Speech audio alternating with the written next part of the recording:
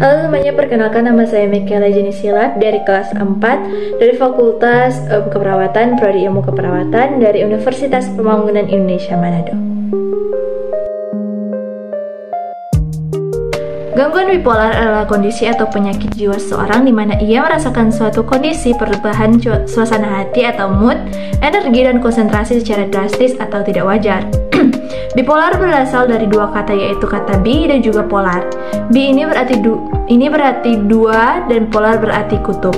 Jadi bipolar adalah suatu gangguan terhadap perasaan dengan dua kutub yang saling bertolak belakang. Yang dimaksud dua kutub ini adalah fase mania dan fase depresi. Fase mania merupakan fase penderita yang mengalami suasana hati yang tinggi, seperti merasa bersemangat dan energetik dan lain sebagainya. Sedangkan fase depresi adalah fase di mana penderita mengalami suasana hati yang rendah, lesu dan tidak bersemangat dan lain sebagainya. Menurut pendapat para ahli, kondisi gangguan bipolar ini disebabkan oleh ketidakseimbangannya neurotransmitter atau sebuah zat pengontrol fungsi otak. Ada tiga tipe gangguan bipolar. Yang pertama, bipolar tipe 1. Pada bipolar tipe 1 ini sering terjadi perubahan terhadap suasana hati yang sangat kontras, dengan fase mania yang berlangsung selama 1 minggu dan fase depresi yang berlangsung setidaknya 2 minggu. Yang kedua, bipolar tipe 2. Pada bipolar tipe 2 mengalami perubahan suasana hati yang mirip dengan tipe 1, tetapi dengan fase hipomania yang menggantikan fase mania. Fase hipomania ini berlangsung selama 4 hari. Dan yang ketiga adalah tipe siklotimia. Tipe ini bersifat seperti siklus, kejadian yang terjadi berulang-ulang, dengan fase hipomania dan depresif yang tidak seintens tipe 1 maupun tipe 2, dan berlangsung jauh lebih lama, yaitu hingga 2 tahun. Yang selanjutnya adalah fase dan gejala bipolar. Yang pertama ada fase mania.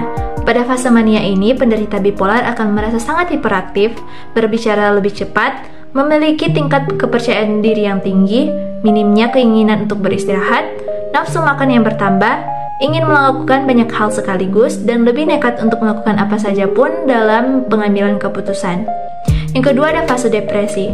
Pada fase depresi ini, penderita bipolar merasa lesu, sedih atau tidak bersemangat, gelisah dan tidak ada keinginan untuk beraktivitas, sulit untuk berkonsentrasi, gangguan tidur, tidak ada nafsu makan, berbicara sedikit atau bahkan tidak berbicara sama sekali.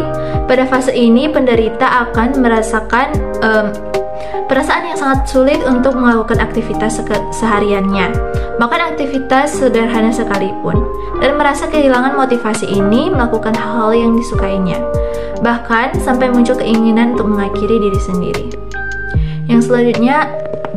Yang selanjutnya ada fase campuran. Ada juga yang namanya gejala fase campuran. Pada gejala ini, penderita akan mengalami kedua fase mania dan depresi secara bersamaan. Yang keempat adalah gejala hipomania. Fase ini terlihat sekilas mirip dengan fase mania, tetapi keduanya tetaplah berbeda. Fase hipomania ini merupakan mania yang tidak terlalu parah atau ekstrim. Meski begitu, penderita masih bisa melakukan hal yang berbeda dari biasanya.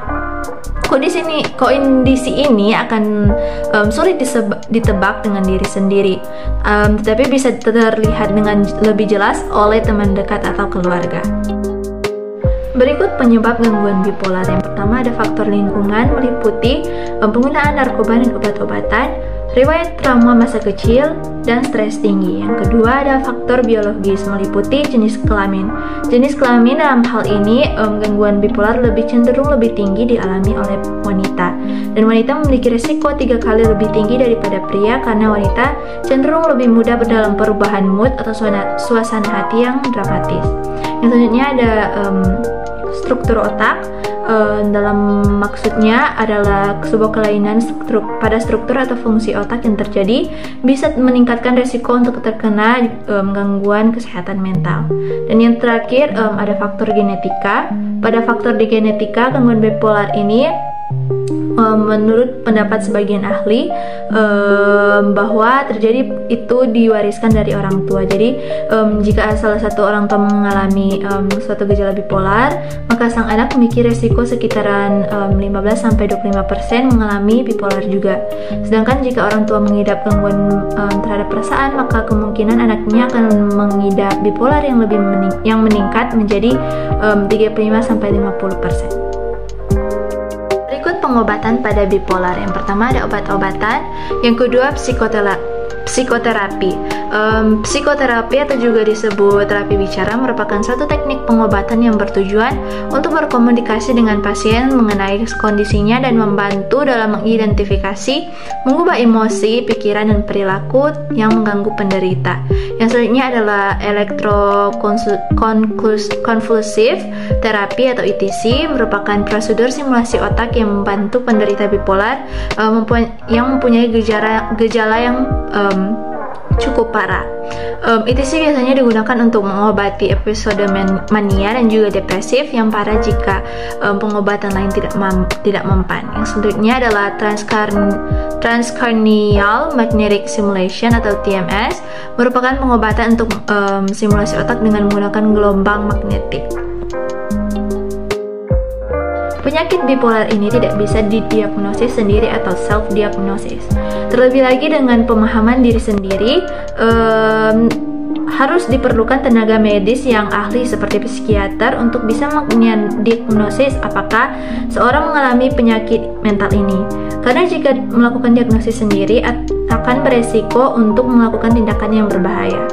Pengidap atau penderita bisa merujuk ke dokter atau spesialis gangguan jiwa ataupun psikiater yang nantinya akan melakukan pemeriksaan ataupun pengamatan terkait tindakan-tindakan yang dialami seperti pola pikir, berbicara, bahkan bersikap. Psikiater juga nantinya akan menanyakan tentang riwayat penyakit pengidap hingga pada pola tidur. Tindakan perawat pada pasien bipolar. Tindakan perawat pada pasien yang mengalami penyakit ini bisa berupa tindakan asuhan, tindakan pendampingan, bahkan tindakan intervensi. Perawat bisa memberikan ataupun menawarkan dukungan kepada penderita bipolar, membantunya dalam mengakses layanan yang layak, membantu dalam proses berpakaian dan makan, bahkan bertanggung jawab dalam pemberian obat yang sebelumnya sudah diresepkan oleh dokter yang harus dikonsumsi, dan juga mengadakan tindakan advokasi ataupun tindakan kolaborasi bersama tenaga medis lainnya, serta membantu dalam upaya memecahkan masalah yang dihadapinya.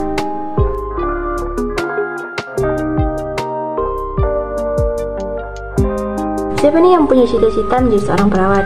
Nah, berbicara mengenai program studi keperawatan, tentu saja kita tahu bahwa prodi ini merupakan salah satu jurusan yang paling diminati. Nah, buat kalian yang berminat di prodi ini atau jurusan ini, kalian bisa banget ngecek kampus kita, yaitu Universitas Pembangunan Indonesia Manado. Tenang, untuk biaya berkuliah di kampus kita ini sangat terjangkau kok. Dan juga fakultas keperawatan di kampus kita ini sudah terakreditasi B. So, what are you waiting for? Come and join us. For more information tentang kampus kita, kalian bisa ngecek website kampus kita, yaitu unpi.ac.id ataupun di Instagram unpi_Manado. So, come and join us right away.